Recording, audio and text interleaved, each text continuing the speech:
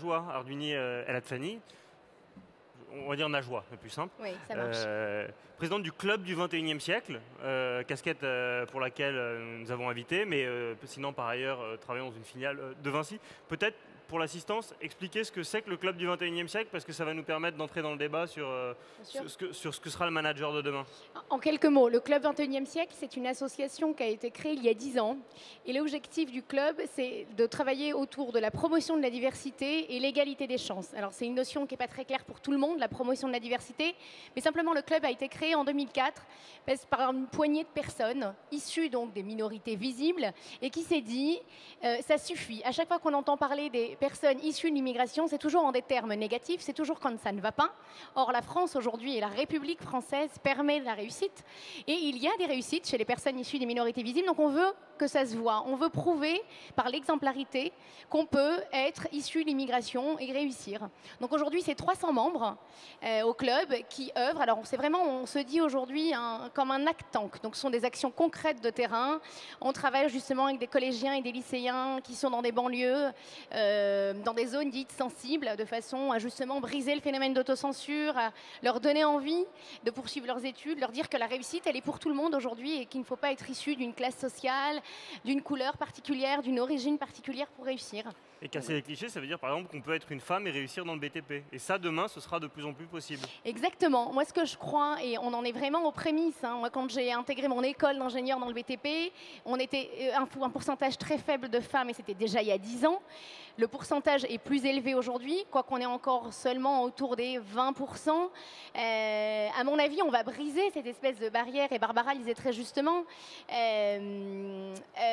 Pardon. Ce qu'elle disait, aujourd'hui, en France, on adore les cases. Et il faut arrêter avec ces cases. Effectivement, on peut être une femme et avoir envie de travailler sur un chantier. C'est possible. Moi, je l'ai fait pendant 5 ans et j'en suis sortie a priori indemne. Alors, il y a autre chose qui va changer, et c'est ce que disait Emmanuel. Emmanuel, pardon, c'est bien ce qui me semblait. Barbara étant son nom. Pardon, Emmanuel. Voilà, c'est toujours perturbant, cette double prénonymie. Ce qu'elle disait, c'est que ça va être infiniment moins rectiligne que par le passé, donc ça veut dire que pour les carrières aussi, on ne rentrera pas, comme vous l'avez tous lu dans les bouquins de fables, rentrer au standard pour finir PDG, c'est moins vrai, ça veut dire qu'il va y avoir plus de discontinuité dans les carrières, qu'on pourra gérer, arrêter sa carrière pendant 2-3 ans pour faire des enfants, qu'on soit un homme ou une femme, c'est pas la question. Attention, hein. C'est plus facile de les faire quand on est une femme. On a le droit de s'en occuper quand on est un mec et de prendre un congé paternité. Je veux dire, pour l'instant, c'est 2%. On sent que c'est touchy, là. Hein. Mais on sent que c'est... Voilà, ouais. Est-ce que ça veut dire qu'on va aller beaucoup plus vers des stop and go pour parler un bon français dans le futur? Moi, ce que je pense, et encore une fois, je ne suis pas non plus Madame Irma, mais en tout cas, ce que je peux observer, c'est qu'il y a quand même une tendance aujourd'hui chez les nouveaux entrants dans la vie active à chercher un équilibre entre la vie pro et la vie perso. Et ça, c'est hyper important. Je pense qu'on est aussi de plus en plus nombreux à s'intéresser à la vie dans la cité, donc dans la société. Moi, je suis dans une association, il y a 300 membres. Donc, c'est quand même que chacun de ces membres a décidé aussi de prendre de son temps pour donner du temps aux autres. Donc on va être vraiment dans cette recherche d'équilibre entre les deux. On va continuer à travailler beaucoup, donc ça les entreprises en ont besoin parce que la France en a besoin. Mais ça veut aussi dire que les entreprises, elles, il faut qu'elles commencent tout de suite à faire le travail de remise en question et d'accepter qu'un collaborateur ait envie de se stop and go. Voilà, je m'arrête quelques années parce que j'ai justement un projet associatif, j'ai envie de créer une association qui va œuvrer sur tel ou tel thème. Et ben, le temps du lancement, ça va me prendre quelques mois et donc pendant ce temps-là, j'ai envie et besoin que l'entreprise comprenne. Mais que l'entreprise comprenne aussi que ce temps que je prends, d'abord, soit il est effectivement pour la société et il touche tout le monde, alors soit il est pour moi, parce que j'ai décidé de faire des enfants et de m'arrêter, et parce que je me sentirai mieux. Et le bien-être fait aussi que j'aurai envie de retourner dans cette entreprise et pas dans une autre. Et ça, c'est important aussi, la fidélisation du collaborateur, ça passe aussi par son bien-être. Donc, moi, je pense qu'on est vraiment dans ces prémices et que l'entreprise le comprend de plus en plus et que les jeunes, encore une fois, ont quand même cette envie d'équilibre entre vie pro, vie perso et les hommes aussi de plus en plus. Mais est-ce qu'on peut donner un ou deux signes tangibles? Parce que je crois qu'autour de cette table, il n'y a que des gens convaincus. Moi, je suis persuadé qu'il faut respecter un peu plus l'équilibre vie pro, vie perso. Mais on voit qu'aujourd'hui, on a quand même un marché du travail très dual avec des gens qui sont très éloignés et puis d'autres qui bossent beaucoup trop. Et qu'après le bureau, effectivement, je veux dire, ça, c'est une vraie merveille, mais ça peut aussi continuer à vous envahir jusqu'à 23h, 23h30.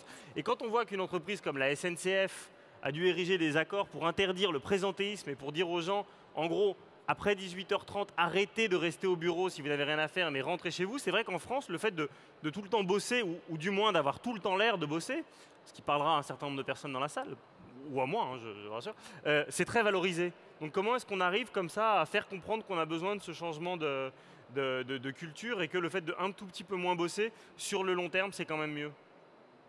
Ah, maître. Oui, oui, j'ai un mot là-dessus. Je crois que on est dans une sorte de paradoxe aujourd'hui. J'entends ce que tu dis, Vincent, mais objectivement, le problème, c'est la répartition de bon sens entre la vie professionnelle et la vie personnelle.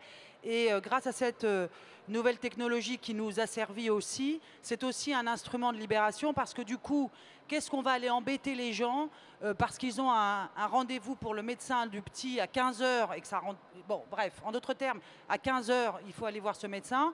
Ça, on doit pouvoir imaginer le faire, bien que les horaires soient de 9 heures à midi, 2 heures, 5 heures, et que donc le problème est moins d'avoir l'œil sur la montre que effectivement de s'adosser à une forme de mission, dans le fond, selon l'organisation des gens et les familles où les personnes ont des vies et des rythmes tellement différents et qu'encore une fois, cette classification millimétrique autour de cette montre, autour de ces besoins que l'on dit être de 9 heures à midi, de 2 heures à 5 heures, parce que c'est 35 heures, parce que c'est comme ça, eh bien, ruine un peu l'espèce d'enthousiasme qui est une caractéristique que l'on doit entretenir, surtout dans ce beau pays où l'anxiété et j'allais dire, est au paroxysme. Donc, si on laisse un peu de libération au titre du bon sens, je sais bien que cet article-là dans le Code du travail n'existe pas, mais le bon sens, parce que l'on peut avoir plus de souplesse dans le bon sens, eh bien ça permettra aux mamans et aux papas d'aller chercher éventuellement le petit à 4h30 parce que ça lui fait super plaisir, c'est son anniversaire,